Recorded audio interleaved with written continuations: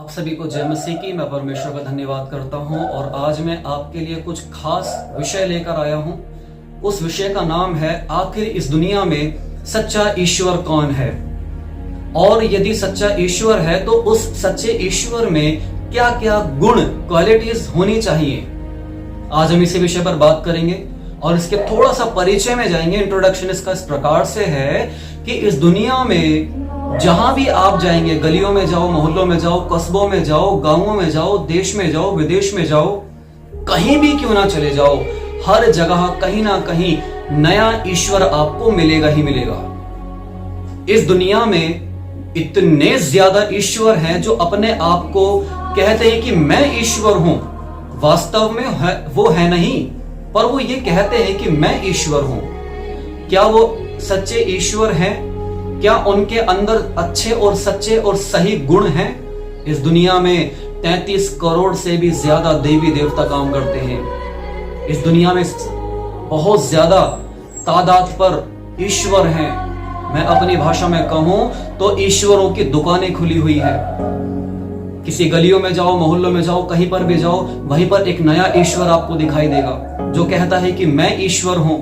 आखिर आज हम देखेंगे कि ये सच्चा ईश्वर आखिर है कौन और उसके अंदर क्या क्या गुण होने चाहिए। पहला गुण मैं आपको बताना चाहूंगा। पहला गुण इस प्रकार से है, यदि कोई ये कहता है कि मैं ईश्वर हूं तो उस ईश्वर के अंदर ये गुण होना चाहिए कि वो प्रेमी हो। वो अपने लोगों से, अपने समाज से, अपने संसार से प्रेम रखने वाला हो, और ऐसा प्रेम रखे कि यदि मरने का भी समय आ जाए तो वो पीछे ना हटे, भागे ना, वरन अपने लोगों के लिए, अपने प्रजा के लिए अपने प्राण को भी दे दे। ये गुण मैंने कहीं ईश्वर में नहीं देखा। मैं बहुत सारे ईश्वरों को तो नहीं जानता, लेकिन जिनको मैं जानता हूं और जहां तक मैंने पढ़ाई की है, देखा है, स्टडी की है, यही देखा है कि उनके अंदर ऐसे गुण नहीं है कि कोई किसी के लिए मर गया हो और कोई किसी के लिए मर भी गया हो, मरने के बाद जिंदा हो गया हो। ऐसा मैंने नहीं देखा। मैंने यहां देखा कि प्रभु यीशु मसीह, जिसके बारे में हम जानते हैं, समझते हैं कि प्रभु यीशु मसीह एक ऐसा शख्स रहा जो संसार से प्रेम किया। बाइबल बताती है यूहन्ना 3:16 में, क्योंकि परमेश्वर ने जगत से ऐसा प्रेम रखा कि परमेश्वर का एक बेटा था, वो एक बेटा भी संसार के लिए बलिदान कर दिया। अब जो उस बेटे पर विश्वास करेगा वो कभी नाश नहीं होगा, परंतु अनंत जीवन पाएगा। ये है सही ईश्वर की पहचान कि वो ईश्वर संसार के लिए मर गया। वो यीशु मसीह संसार के लिए मर गया, इतना प्रेम रखा, इतना प्रेम रखा कि अपने आप को ही बलिदान कर दिया आपके लिए और मेरे लिए। मरा ही नहीं रहा बल्कि जिंदा हो गया। तीसरे दिन मुर्दों में से प्रभु यीशु मसीह जिंदा हो गए। यह है सच्चे ईश्वर की पहचान कि ईश्वर प्रेमी होना चाहिए। दूसरा देखेंगे गुण। दूसरा गुण इस प्रकार से है कि ईश्वर जो कहता है कि हां मैं ईश्वर हूं, तो वो ईश्वर सृजनहार होना चाहिए। सृजनहार का मतलब जो होता है वो होता है सृजने वाला, बनाने वाला, क्रिएटर, कि कुछ भी नहीं हो वहां से कुछ बना दे। ये गुण मैंने परमेश्वर में देखा, उस सच्चे ईश्वर में देखा, उस यीशु में देखा कि परमेश्वर ने उत्पत्ति 1:1 में लिखा हुआ है कि आदि में परमेश्वर ने आकाश और पृथ्वी की सृष्टि की। पूरे अध्याय को पवित्र बाइबल में यदि हम पढ़ेंगे तो वहां पर पूरी सृष्टि का वर्णन दिया गया है कि परमेश्वर ने आकाश और पृथ्वी को बनाया। जीव जंतु, पेड़ पौधे, सूरज, चांद, सितारे, सब कुछ, रेंगने वाले जंतु, सब कुछ परमेश्वर ने सृजा। कुछ नहीं था, परमेश्वर ने सब कुछ बनाया। 1:26 में लिखा हुआ है उत्पत्ति कि परमेश्वर ने मनुष्य की भी सृष्टि की। यह है सृजने वाला, यह है बनाने वाला। सृजने वाला वो जो पहले से हो, उस ईश्वर को किसी ने बनाया ना हो। वो ईश्वर किसी मां की कोख से पैदा ना हुआ हो, वरन वो खुद में ही सब कुछ हो, वो खुद में ही बनाने वाला हो। ऐसा ईश्वर होना चाहिए, लेकिन मैंने ऐसा ईश्वर इस दुनिया में नहीं देखा कि किसी ने पूरी दुनिया को बनाया हो, मनुष्य की सृष्टि की हो। यहां तो बहुत सारे ऐसे इंसान हैं जो अपने आप को कहते हैं कि मैं ईश्वर हूं, लेकिन वो भी अपनी मां के पेट से पैदा हुआ, वो भी इस दुनिया से मर गए, चले गए, छोड़कर चले गए। और जो आज कहते हैं कि मैं ईश्वर हूं, मैं ये हूं, मैं वो हूं, वो भी कभी ना कभी इस दुनिया को छोड़कर जाएंगे, और वो भी मरेंगे, वो भी इस दुनिया को छोड़कर जाएंगे। दूसरा गुण है कि ऐसा ईश्वर हो जो सब कुछ बनाए, सब कुछ बनाने वाला हो, सब कुछ सृजने वाला हो। तीसरा गुण देखेंगे हम लोग। यदि कोई कहता है कि मैं ईश्वर हूं, तो उस ईश्वर के अंदर पवित्रता होनी चाहिए। वो ईश्वर पवित्र होना चाहिए, इतना पवित्र होना चाहिए कि उसको इतना पवित्र होना चाहिए कि कितना भी हम ढूंढे, पाप ढूंढे, गलती ढूंढे, कहीं कुछ ना मिले, कोई दाग, कोई धब्बा, कुछ ना मिले। वो इतना पवित्र हो परमेश्वर।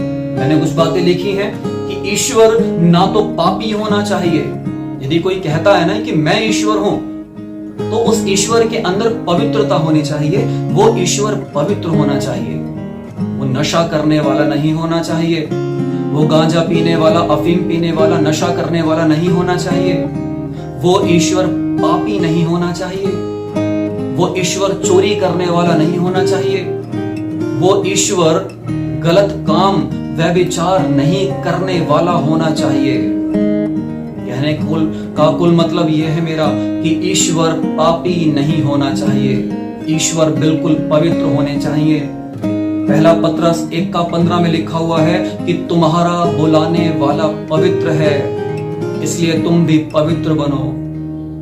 परमेश्वर खुद पवित्र है और अपनी प्रजा को, अपने लोगों को भी पवित्र करना चाहते हैं। यशाया 57:15 में भी लिखा हुआ है, उसकी पवित्रता का बयान करता है। और लिखा हुआ है लेवी व्यवस्था 19:2 में परमेश्वर ने बोला कि इस्राएलियों से कहे कि वो अपने आप को पवित्र रखें, अपने आप को शुद्ध रखें, अपने आप को साफ रखें।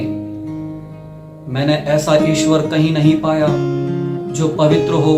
मैं जिस भी ईश्वर को जाना, पहचाना, गया, देखा, उसकी पूजा की, उस ईश्वर को मैंने यही देखा, यार ये चोरी करने वाला है, ये तो नशा करता है, ये तो झूठ बोलता है, ये तो लड़कीबाजी करता है, तो कैसे वो मुझे उद्धार दे सकता है, वो कैसे मुझे बचा सकता है, वो मुझे कैसे पवित्र रख सकता है।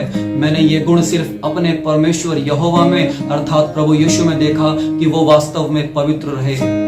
जब प्रभु यीशु मसीह दुनिया में थे, जब यीशु मसीह को क्रूस पर चढ़ाया जा रहा था, उससे पहले एक रात में 7 बार प्रभु यीशु मसीह के ऊपर अदालत हुई। अदालत में खड़ा किया गया और ये परखा गया कि क्या ये निर्दोष है या पापी है। 7 बार यीशु मसीह को निर्दोष साबित किया गया कि ये पवित्र है, ये निर्दोष है, इसको मैं क्रूस पर नहीं चढ़ा सकते। परमेश्वर इतने पवित्र हैं। अगर कोई कहता है कि मैं ईश्वर हूं, तो उसको पवित्र होना चाहिए। चौथा गुण, यदि कोई कहता है कि मैं ईश्वर हूं, तो वो ईश्वर दया करने वाला होना चाहिए।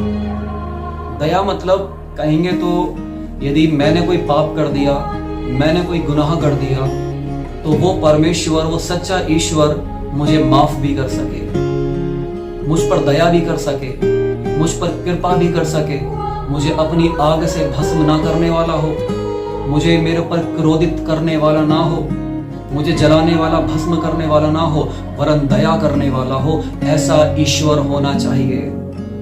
रोमियो 5:8 में लिखा हुआ है कि जब मनुष्य मरने वाला था, जब मनुष्य पापी हो गया, जब मनुष्य नाश होने वाला था, तब मसीह अर्थात प्रभु यीशु मसीह भक्तिहीनों के लिए मर गया, इस संसार के लिए मर गया, उन निर्बल कमजोर लोगों के लिए मर गया। और वो प्रभु यीशु मसीह खोए हुओं को ढूंढने और उनका उद्धार करने के लिए इस दुनिया में आए और मर गए। यह है दया जो परमेश्वर ने, उस सच्चे ईश्वर ने इस दुनिया पर की। यदि कोई कहता है कि मैं ईश्वर हूं तो वो दया करने वाला होना चाहिए, वो कृपा करने वाला होना चाहिए। आगे देखेंगे एक नया गुण। यदि कोई कहता है कि मैं ईश्वर हूं, 5वां गुण है कि मैं ईश्वर हूं, तो उस ईश्वर के अंदर वो ईश्वर जो है नाश करने वाला हो, नाश करने वाला, बनाने वाला भी हो और समय आ जाए तो नाश भी कर दे। ऐसा हुआ बाइबल में हम देखते हैं। जब बाइबल में परमेश्वर ने मैंने जो पढ़ा वो चीज पढ़ा कि परमेश्वर ने पूरी सृष्टि की रचना की, मनुष्य को ही बनाया, और मनुष्य ने जब पाप किया तो कुछ समय के बाद परमेश्वर ने पूरी दुनिया को नाश कर दिया, सब कुछ नाश कर दिया। और नाश करने के बाद फिर से परमेश्वर ने दोबारा से नूह के द्वारा वंशाओं को या वंशावलियों को चलाया। परमेश्वर ने बनाया और परमेश्वर ने ही नाश कर दिया। ऐसा ईश्वर होना चाहिए कि उसके अंदर नाश करने की शक्ति हो, वो खुद नाश ना हो, वो खुद ना मर जाए आग में छत से कूद के या किसी चीज से, किसी शैतान से या किसी से लड़के वो खुद ना मरे, वरन नाश करने वाला हो। ऐसा ईश्वर होना चाहिए। आगे गुण देखेंगे, 6वां गुण। यदि कोई कहता है कि मैं ईश्वर हूं तो उसको न्यायी होना चाहिए, जज कर सके, न्याय कर सके।